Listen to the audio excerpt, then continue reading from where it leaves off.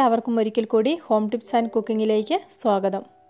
ഇന്ന് ഞാനിവിടെ ചെയ്യുന്നത് മാങ്ങാപ്പഴം കൊണ്ടുള്ള വളരെ വ്യത്യസ്തമായ ഒരു ഐറ്റമാണ്. ചൂടൊക്കെയുള്ള സമയത്ത് വെറുതെ ഇരിക്കുമ്പം കഴിക്കാനും ഭക്ഷണത്തിന് ശേഷം ഒരു ഡെസേർട്ടായിട്ടും ഇത് ഉപയോഗിക്കാം. ഇനി ഇത് ഉണ്ടാക്കുന്നത് എങ്ങനെയാണെന്ന് നോക്കാം. വളരെ കുറച്ച് ഇൻഗ്രീഡിയൻസ് ഉപയോഗിച്ച് വളരെ പെട്ടെന്ന് ഉണ്ടാക്കാൻ പറ്റുന്ന വളരെ ടേസ്റ്റി ആയിട്ടുള്ള ഒരു ഐറ്റമാണിത്. ഇതിനായി ഒരു വലിയ മാങ്ങാപ്പഴമാണ് എടുത്തിരിക്കുന്നത്. മുറിച്ച് വരുമ്പോൾ ഇത് ഏകദേശം 1.5 കപ്പ് കിട്ടും.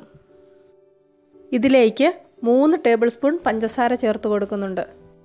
ഇതിനി മിക്സിയിൽ നന്നായിട്ടൊന്ന് അരച്ചെടുക്കാം. അടുത്തതായി ഇതിലേക്ക് 2-3 ടേബിൾ സ്പൂൺ കണ്ടൻസ്ഡ് മിൽക്കും കൂടെ ചേർത്ത് കൊടുക്കാം. ഒരു 1/4 ടീസ്പൂൺ വാനില എസൻസും ചേർത്ത് കൊടുക്കുന്നുണ്ട്. ഫ്രീസറിൽ വെച്ച് ഒന്ന് സെറ്റാകാൻ തുടങ്ങിയ പാലാണ് ഇതിലേക്ക് ചേർത്ത് കൊടുക്കുന്നത്. 1 കപ്പ് പാല് ചേർത്ത് കൊടുക്കുന്നുണ്ട്. ഈ കൂട്ടും മിക്സിയിൽ നന്നായിട്ടൊന്ന് അടിച്ചെടുക്കാം. ഇതിപ്പോൾ ഒരു കസ്റ്റാർഡ് പരുവത്തിലാണ് വന്നിരിക്കുന്നത്. സ്പൂൺ കൊണ്ട് കോരി കഴിക്കുന്ന രീതിയിലുള്ള ഒരു ഐറ്റമാണിത്.